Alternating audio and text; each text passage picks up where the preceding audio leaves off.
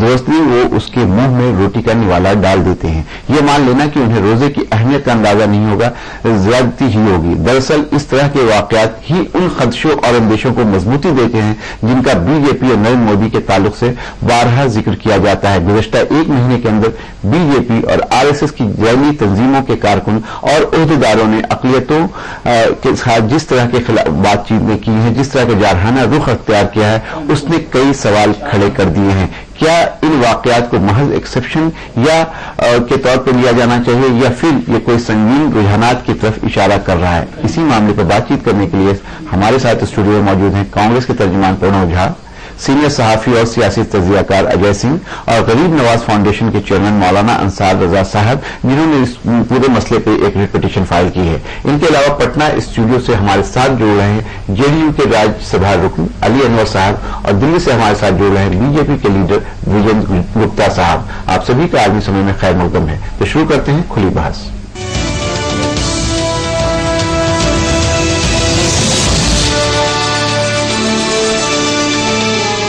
दिल्ली के महाराष्ट्र सदन में शिवसेना के कुछ अरकान पार्लियामेंट के जरिए एक मुस्लिम रोजेदार मुलाजिम को जबरन रोटी खिलाने के मामले में पार्लियामेंट के दोनों सदनों में जमकर हंगामा हुआ। कांग्रेस समेत तमाम ऑपोजिशन पार्टियों ने सरकार से सफाई मांगी और शिवसेना के अरकान के खिलाफ कार्रवाई की मांग भी की। हालांकि बाद में मीडिया और अपोजिशन के दबाव में शिवसेना के एमपी राजेंद्र विचारे ने अपनी हरकत पर इजहार अफसोस किया, लेकिन सवाल यह है कि आखिर उन्होंने किसी के मजहबी जज्बात को ठेस क्यों पहुंचाई। पेश है एक रिपोर्ट।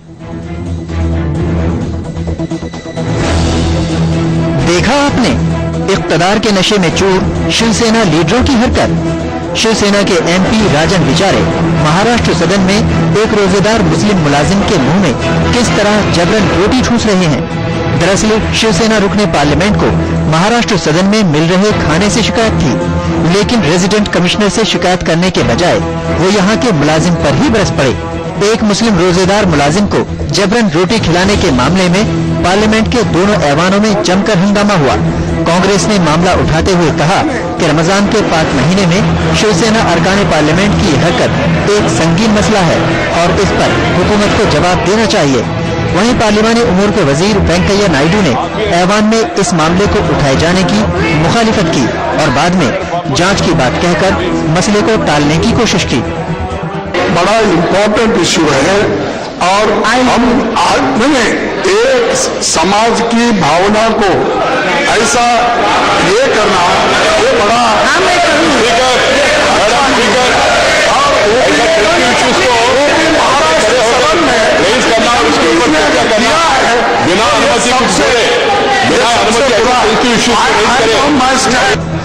वहीं राज्यसभा में भी रोजेदार मुस्लिम को जबरन रोटी खिलाने के मामले में अपोजिशन ने जमकर हंगामा किया और इसे मजहबी जज्बात को ठेस पहुंचाने वाला मामला बताया।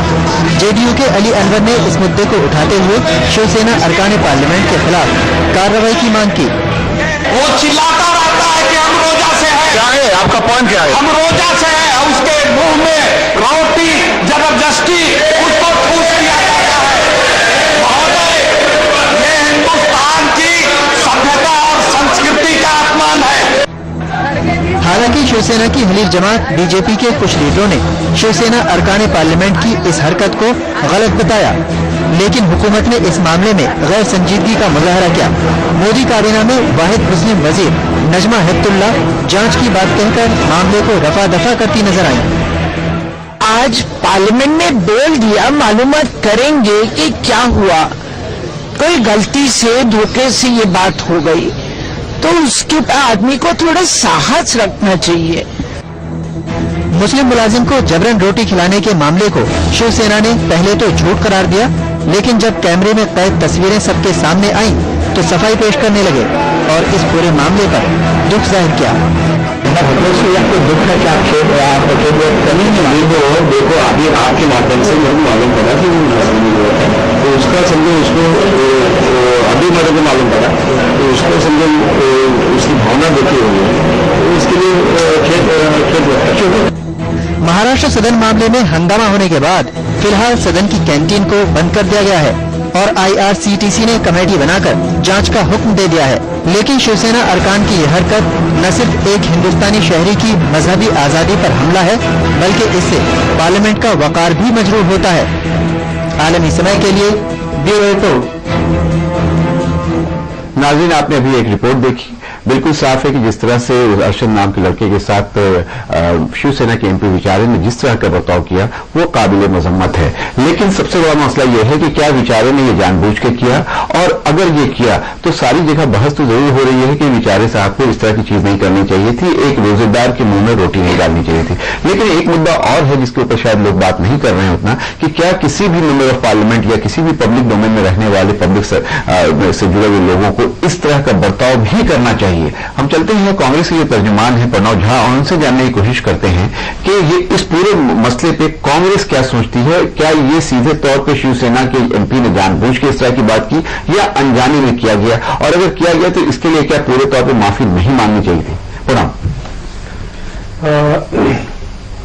फैसल साहब, सबसे पहले मैं आपका ध्यान ले चलूंगा एक वाक्य की तरफ कि पार्लियामेंट में 2-3 दिन पहले की बात है, जब ये वाकया हुआ तो एक एमपी ने कहा कि अल जजीरा पे एक खबर चल रहा है जी, जिसके मार्फत ये बताया जा रहा है कि हिंदुस्तान में रोजा रखने पर लगी पाबंदी जी, और ये इस बैकग्राउंड में चला जी। बैकग्राउंड क्या था कि शिवसेना के एमपी ने जबरदस्ती इस लड़के के डालने की कोशिश की। जहां तक बात है उनको मालूम था या नहीं था, मैं इस बात में जाना भी नहीं चाहूंगा, क्योंकि इसमें जाना भी अपनी तौहीन समझता हूं, इस कारण से कि अगले दिन जब उनके मुखपत्र सामना में जब इसकी सफाई आई जी जी, तो मैं उसका जिक्र भी नहीं करना चाहूंगा, तो मैं इससे दूर ही रहूंगा। कहने की बात यह है कि एक व्यक्ति जो लाखों लोगों की नुमाइंदगी करता है, एक मेंबर ऑफ पार्लियामेंट जो सीधे लोगों से चुनकर के आता है जी जी, उसके भूख का रौब तो देखिए कि वो इंसान तो क्या खुदा की तौहीन करने पर वो उसको कोई दिक्कत नहीं है।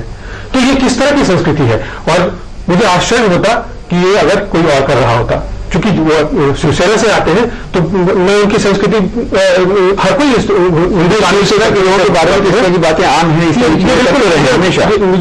लेकिन इसमें जो है जिस तरह से इसकी भर्त्सना होनी चाहिए, जिस तरह से इसकी निंदा होनी चाहिए, वो नहीं हुआ है।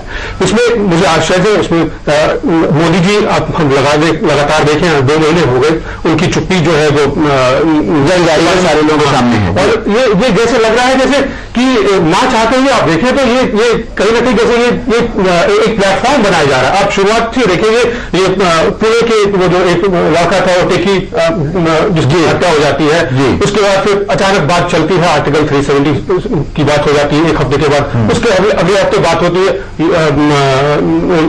यूनिफॉर्म सिविल कोड की बात होने लगती है, उसके बाद आप ये कहना चाह रहे हैं, जो आपकी बात समझ रहा हूं कि आपको ये लग रहा है कि इसमें कहीं ना कहीं एक पैटर्न है, एक ट्रेंड है जिसको आप देख रहे हैं। बिल्कुल, मैं वही कह रहा हूं कि ऐसा लग रहा हो कि जैसे कि किसी चीज की तैयारी की जा रही हो जी, और हिंदुस्तान जो चुपचाप बैठ के तमाशा देख रहा है, क्योंकि ये लोगों के द्वारा चुनी हुई सरकार है और मेजॉरिटी सरकार है जी। पता नहीं आगे क्या क्या गुल खिले। चलिए, हमारे साथ मौजूद हैं सीनियर सहाफी अजय कुमार साहब, काफी लंबे वक्त से सहाफत में हैं और इनकी काफी गहरी नजर है सारी चीजों पे। अजय से मैं जानना चाहूंगा कि अजय जी जिस तरह की बात कह रहे हैं कांग्रेस के तर्जुमान प्रणव झा जी, कि इसमें एक ट्रेंड, एक पैटर्न दिख रहा है। शिवसेना के हवाले से बात करें तो इसमें कोई नई बात नहीं है, लेकिन जिस तरह से उसके साथ किया गया, और ये भी बात बिल्कुल तय है कि वो लड़का अपना नेम जो है वो वही डिस्प्ले कर रहा था, बार बार ये कह रहा था, जो वीडियो क्लिपिंग आई खास करके मराठी टीवी चैनल्स की, तो उसमें ये बात बिल्कुल दिखाई जा रही है कि वो बार बार ये कह रहा है कि नहीं मैं रोजा रखा हूं, मेरे साथ ऐसा नहीं कीजिए। उसके बाद जिस तरह से उन्होंने किया, बाद में खेद जरूर व्यक्त किया, लेकिन क्या सिर्फ खेद व्यक्त करना ही काफी है? उनको पूरे तौर पर माफी नहीं मांगनी चाहिए थी? और दूसरी बात ये कि जिस तरह के ट्रेंड की बात कर रहे हैं प्रणव झा, क्या आपको लगता है कि इसमें कोई पैटर्न, कोई ट्रेंड है? नहीं, देखिए यहां पे मैं 2 बातें कहूंगा। एक तो मीडिया से भी मेरी यह गुजारिश है कि इस पूरे मसले को हम हिंदू और मुसलमान के चश्मे में बांट करके क्यों देख रहे हैं। ये सिंपल एक मसला है कि जो रूल कर रहा है और जो रूल्ड है उसकी ताकत के बदगुमानी का शासित धब्बा है। ये भारत के मुंह पे तमाचा है कि जिनको हमने चुन के भेजा है वो हमें आके थप्पड़ मारते हैं। ये इत्तेफाक की बात है कि ये रोजे की बात थी, ये पाक रमजान का महीना है और वो विक्टिमाइज किया हुआ शख्स मुसलमान था। अगर क्या वो हिंदू होता तो ये थप्पड़ मारना जायज था उसको एक मेंबर ऑफ पार्लियामेंट के द्वारा? मैं ये सवाल पूछना चाहता हूं, उसमें माफ कीजिएगा कांग्रेस के साथी, आपने जिस मुस्लिम आतंकवाद के नाम पर थप्पड़ मारा है 10 साल, और जिन लोगों को अब आपने छोड़ा है, जिनके ऊपर आपने टैग लगा दिया कि आतंकवादी हैं, और आज वो वेजिटेबल बन के बाहर निकले हैं, इसका जवाब कौन देगा? मुझे समझ नहीं आई किस बारे में बात। मैं ये कह रहा हूं कि इसमें आप तमाम में नंगे हैं, एक तरफ रूल्ड है और एक तरफ हमको रूल करने वाले लोग हैं। मुझे आपत्ति है आपकी आपत्ति जायज है, लेकिन आप आधार जवाब दीजिए। मैं देता हूं बड़ा प्रश्न तो आप मेंबर ऑफ पार्लियामेंट ने राइफल निकाल करके गुजरात के पोरबंदर पे धमकाने का काम किया। आपके मेंबर ऑफ पार्लियामेंट ने से आप देखिए जो बात नहीं होना चाहिए। अभी हम लोग ये बात कर रहे हैं इस तरह का कंडक्ट जो किया है विचारे ने, जो शिवसेना के एमपी ने, मैं कांग्रेस किस कांग्रेस के सांसद मैं इसी या मुसलमान आ रहा हूं, मैं आ रहा हूं। जो बात अजय कुमार कह रहे हैं, अजय जी मैं एक बात कर, जो बात अजय कुमार कह रहे हैं, जो एक बड़ी पिक्चर है जो पब्लिक रिप्रेजेंटेटिव है, उनके हवाले से बात करने की कोशिश कर रहे हैं कि बहुत सारे ऐसे एमपी और एमएलए हैं जो अपने पद का दुरुपयोग करते हैं। यहां तक ये बात है, सिर्फ ये बताने की कोशिश कर रहे हैं। मान सकता है नहीं कांग्रेस का मैं दो हो सकता, समाजवादी पार्टी का हो, कोई आरजेडी का हो, सारे लोग। मैं यही कह रहा, मुद्दा ये है कि क्या इस बिहेवियर को कड़े से कड़े शब्दों में इसकी निंदा होनी चाहिए। इसको हिंदू और मुसलमान के चश्मे से नहीं देखा जाना की बात कर रहे हैं, एक महीने बाद और बीजेपी के भी चश्मे से नहीं देखा जाना चाहिए। ये मसला रूल्ड और बीइंग रूल्ड का है। यार वो एक सरकारी कर्मचारी है और सरकारी कर्मचारी होने के नाते उसके ड्यूटी पर उस पर हमला किया गया है और अविलंब इस पर एफआईआर दर्ज होनी चाहिए और कार्रवाई होनी चाहिए। आपने अपनी बात कर ली। हमारे साथ बीजेपी के लीडर विजय गुप्ता जी बैठे हैं, बहुत देर से हमारे साथ जुड़े हैं। विजय गुप्ता से जानने की कोशिश करते हैं कि जिस तरह का काम किया है शिवसेना के एमपी विचारे ने, उसके बारे में उनकी क्या राय है। एक दूसरे ये कि इस तरह की एक्टिविटीज से क्या भारतीय जनता पार्टी अपने आप को डिसोसिएट करती है, और तीसरी बात क्या वो इसकी भर्त्सना करते हैं। विजय गुप्ता जी देखिए, सबसे पहला विषय तो ये घटना बहुत दुर्भाग्यपूर्ण है। चलिए आपने कहा दुर्भाग्यपूर्ण माना है इसको, होम मिनिस्टर ने भी कहा ये बात। जी होम मिनिस्टर ने भी कहा है, राजनाथ सिंह ने इसको दुर्भाग्यपूर्ण कहा। दूसरा, जाने अनजाने में जो भी हुआ जी वो ऐसा नहीं होना चाहिए था। तीसरा, इसको हिंदू मुसलमान की नजर से देखना मैं समझता हूं मुद्दे के साथ न्याय करना नहीं है। जी प्रश्न ये है कि जो सांसद महाराष्ट्र सदन में ठहरे हुए थे, उनकी भोजन की व्यवस्था करने की जिम्मेदारी महाराष्ट्र सदन की थी जी, और वो कई बार दिनों से इस बात की शिकायत कर रहे थे कि रोटी को लेकर के, भोजन को लेकर के उसमें सुधार की जरूरत है जी, क्योंकि ये सब लोग काफी लंबे समय से रुके हुए हैं जी, और इनको अभी घर अलाट होने हैं। और 16 मई को चुने जाने के बाद से इसमें से अधिकांश लोग यहाँ पर पिछले 2-3 महीनों से लगातार रह रहे हैं और रोजाना सुबह शाम। मैं आपकी बात मैंने मान लिया। वीरेंद्र गुप्ता जी आप जो बात कहना चाह रहे हैं कि इनके खाने, हाँ, 1 मिनट, लेकिन ये बात, पहला विषय तो ये कि जो खाना खाने वाले लोग थे उनको खाने की क्वालिटी को लेकर के तकलीफ थी, क्वेश्चन था, और उनको कहना था कि ये ठीक नहीं है, इसलिए कैंटीन को बंद भी किया गया जी। अब प्रश्न ये है कि एक सांसद को जिसने देखा कि बार बार कहने के बाद भी इसकी क्वालिटी ठीक नहीं की गई, तो उसने जब मैनेजर को बुलाया और वहां पर मैनेजर उपलब्ध नहीं हुआ, वो लड़का सामने आया, तो उन्होंने स्पॉन्टेनियस, अगर आप इसको मुकदमे की नजर से भी देखें तो एक क्राइम होता है कि जो प्लान करके किया जाता है और एक होता है स्पॉन्टेनियस रिएक्शन, खुद ही वहां पहुंच गए। दोनों में बहुत बड़ा अंतर होता है। आप पूछें से स्पॉन्टेनियस रिएक्शन था, स्पॉन्टेनियस रिएक्शन था, और उनका ये कहना था कि ये देखिए रोटी चुकी है, इसको आप खा के देखो। चलिए आपकी बात मैं मानता हूं, स्पॉन्टेनियस रिएक्शन था, लेकिन स्पॉन्टेनियस रिएक्शन में क्या इस बात का अधिकार है एमपी और एमएलए को कि किसी के साथ शारीरिक तौर पे फिजिकल हो जाए, उसको धक्का मुक्की करे और उसको 100% लेके, प्लस ये कि पूरी कैमरा टीम वहां पे थी। स्पॉन्टेनियस कैसे था? दुख इस बात का है कि हम उसके व्यवहार पर प्रश्न उठा सकते हैं, उस एमपी एमएलए के व्यवहार पर चिंता कर सकते हैं, उस पर चर्चा कर सकते हैं। चलिए, आपने ये बात मानी कि एमपी एमएलए का व्यवहार सही नहीं था। हमारे साथ जनता दल यू के एमपी अली अनवर साहब भी है। अली अनवर साहब के पास चलते हैं सीधे पटना और जानने की कोशिश करते हैं। उन्होंने इस मसले को पूरे तौर पर पार्लियामेंट में भी उठाया था कि अली अनवर साहब, ये पूरा जो इशू हुआ है, जिस तरह से अर्शद नाम के उस लड़के को जबरदस्ती उसके मुंह में रोटी डाली गई, इसको आप कैसे देखते हैं? मैंने देखा आप पार्लियामेंट में इस मुद्दे को आपने उठाया, लेकिन क्या सिर्फ ये एक अकेला आइसोलेटेड इंसिडेंट है ये, या कहीं ना कहीं एमपीज और एमएलए जिस तरह से पब्लिक कंडक्ट में आजकल देखे जा रहे हैं उसकी एक तर्जुमानी है? कहीं ना कहीं अपने पावर के नशे में लोग इस तरह का करते हैं, कैसे देखते हैं आप?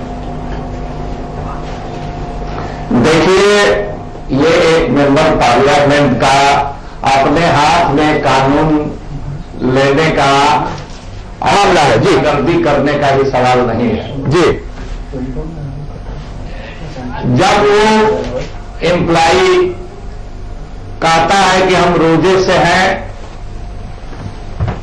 उसके बावजूद वो चीखता है, चिल्लाता है, उसके बावजूद उसके मुंह में रोटी ठूसी जाती है, तो ये बात साबित हो जाती है कि ये गुंडागर्दी के पीछे कम्युनल माइंड सेट है और उसका सबूत हर सामना में जो एडिटोरियल आया है जी जी जी ठाकरे साहब का जी, वो भी इस बात की पूर्ति करता है जी। ये अकेले घटना नहीं है। देखिए, शिवसेना जिस तरह का संगठन है उसमें क्षेत्रवाद, उसमें बिहार और उत्तर प्रदेश के लोगों को मारने की घटना ये लोग करते रहते हैं जी। इन लोग पूरा बाबरी मस्जिद जब टूटा तो वाजपेयी जी ने राष्ट्रीय शर्म कहा, लेकिन ये इनके तरफ से, शिवसेना की तरफ से कहा गया कि नहीं, शर्म नहीं है, राष्ट्रीय गौरव का विषय है। बिल्कुल, ये तो उनकी विचार है, इसीलिए ये माइंड सेट हम कह रहे हैं। इनका ट्रैक रिकॉर्ड देखिए, इनका आदर्श हिटलर है, महात्मा गांधी नहीं। प्राइम मिनिस्टर बनने के बाद, सुन लीजिए बात जी जी, बोलिए बनने के बाद जिस तरह के बयान आ रहे हैं, कोई बिहार से कहता है कि मुसलमानों को पाकिस्तान, जो मोदी का विरोध करेगा पाकिस्तान चला जाना चाहिए। कोई कहता है गोवा से कि हिंदू राष्ट्र बनना चाहिए। ये कितना भलगर बात अपने शिवसेना के मुखपत्र में इस अपने कुकर्म पर पर्दा डालने के लिए कितनी भलगैरिटी। आप अली अनवर साहब, आप ये कह रहे हैं कि जो बात हुई है महाराष्ट्र सदन में वो कोई अकेली घटना नहीं है। जिस तरह की चीजें हो रही हैं जब से सरकार आई है, चाहे वो हिंदू राष्ट्रवाद की बात हो या दूसरी चीज, एक पैटर्न और एक पूरी तरह से सोची समझी स्कीम के तहत ये किया जा रहा है, ये बताने की आप कोशिश कर रहे हैं। हमारे साथ मौजूद है एक शख्स जिन्होंने इस पूरे जी जी जी, आप कह लीजिए जल्दी जी। बात यह है कि महाराष्ट्र में चुनाव होने वाला है और बीजेपी और शिवसेना की हवा निकल गई। देखा आपने, तीनों सीट हार गए। तो इन लोगों को महंगाई के चलते इन लोगों का ग्राफ नीचे आया है। तो इस तरह की बयानबाजी तेज हो गई है ताकि कम्युनल पोलराइजेशन हो और जहां जहां चुनाव होने वाले हैं फिर हम लोग कम्युनल कार्ड खेल करके उन राज्यों में चुनाव जीत जाए। ये भी एक हमको इस बात पे विजय गुप्ता जी से एक क्विक कमेंट ले लेते हैं। विजय गुप्ता जी, अली अनवर साहब ये कह रहे हैं कि जो चीजें हुई हैं उसको महाराष्ट्र में होने वाले इलेक्शन से जोड़ के भी देखा जा रहा है। इनका ये मानना है अली अनवर साहब का कि आप लोगों की हवा निकल गई है। अभी उत्तराखंड में इलेक्शन हुए, बाई इलेक्शन, तीनों सीटें आप हारी, तीनों कांग्रेस जीत गई। तो कहीं ना कहीं इलेक्शन को भी सामने रख करके आप कहीं ना कहीं पोलराइज करने की कोशिश करते हैं, कैसे देखते हैं आप विजय गुप्ता? इसे मुद्दे को कौन बना रहा है? मुद्दा मौका आपने दिया है, आपको जानबूझ के जी। एक मिनट, बोलिए। ये अली अनवर जैसे लोग, मैं माफी चाहूंगा जी महोदय, आप अकलियत के दोस्त नहीं है, दुश्मन है जी। आप अपनी राजनीतिक रोटियां सेकने के लिए पूरी की पूरी अकलियत को दांव पर लगाने के लिए तैयार बैठे रहते हैं। और जिस तरह का पोलराइजेशन आप कर रहे हैं अपने लाभ के लिए, मतलब अली अनवर साहब कर रहे हैं, इस मुल्क को उसका नुकसान हो रहा है। आप बांट रहे हैं इस देश को। अगर मान लीजिए कोई घटना हुई है, लेकिन विजय गुप्ता जी ये बताइए, बांटने की बात कौन कर रहा है? बांटने की बात तो आप लोग कर रहे हैं कि हिंदू राष्ट्र की बात होती है गोवा से। नहीं, ये बांटने की बात आप लोग कर रहे हैं। अच्छा, इस मुद्दे को हवा देने का मतलब है इस देश को बांटना। अच्छा, विजय गुप्ता जी ये कह रहे हैं कि अगर कोई बात ऐसी हो तो उसको हवा ना दी जाए, उस पर ज्यादा चर्चा ना की जाए। वही बात की जाए, क्या मामला है?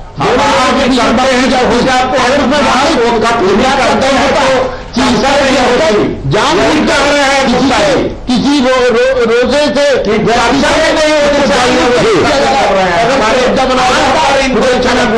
लेकिन जी ये मुद्दे को जबरदस्ती हवा दी जा रही है, जो कि मुद्दा नहीं है। बिना मुद्दे को मुद्दा बनाया जा रहा है और इससे अकलियत का नुकसान किया जा रहा है। अभी जो चुनाव हुए लोकसभा के, उसमें भी जो सहारनपुर में बोला गया, क्यों बोला गया सहारनपुर में इस तरह से? अगर वो ना बोलते तो हो सकता है सहारनपुर की सीट पर भारतीय जनता पार्टी नहीं जीतती। लेकिन ये खुद अकलियत का नुकसान कर रहे हैं, इस तरह के मुद्दे बदनाम कर रहे हैं।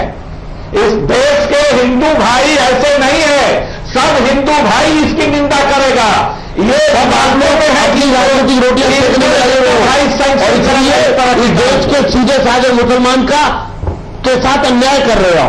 चलिए, विजय गुप्ता का ये मानना है कि कोई बात ऐसी बड़ी नहीं है। विजय गुप्ता ये कह रहे हैं कि कोई ऐसी बहुत बड़ी बात नहीं है और इसको इग्नोर करना चाहिए। लेकिन दूसरी तरफ अली अनवर साहब ये कह रहे हैं कि ये लोग पूरे तौर पर मुल्क को बांटने की कोशिश कर रहे हैं। ये सारी चीजें, चाहे ये रोटी खिलाने की बात हो या गोवा से हिंदू राष्ट्र बनाने का ऐलान हो, ये सारा एक पैटर्न के तहत है। यहाँ वक्त हो गया ब्रेक का। ब्रेक के बाद वापस आएंगे तो हमारे साथ एक साहब यहाँ मौजूद हैं जिन्होंने इस मसले पे कोर्ट में एक पिटीशन फाइल की है, उनसे बातचीत करेंगे। लेते हैं ब्रेक।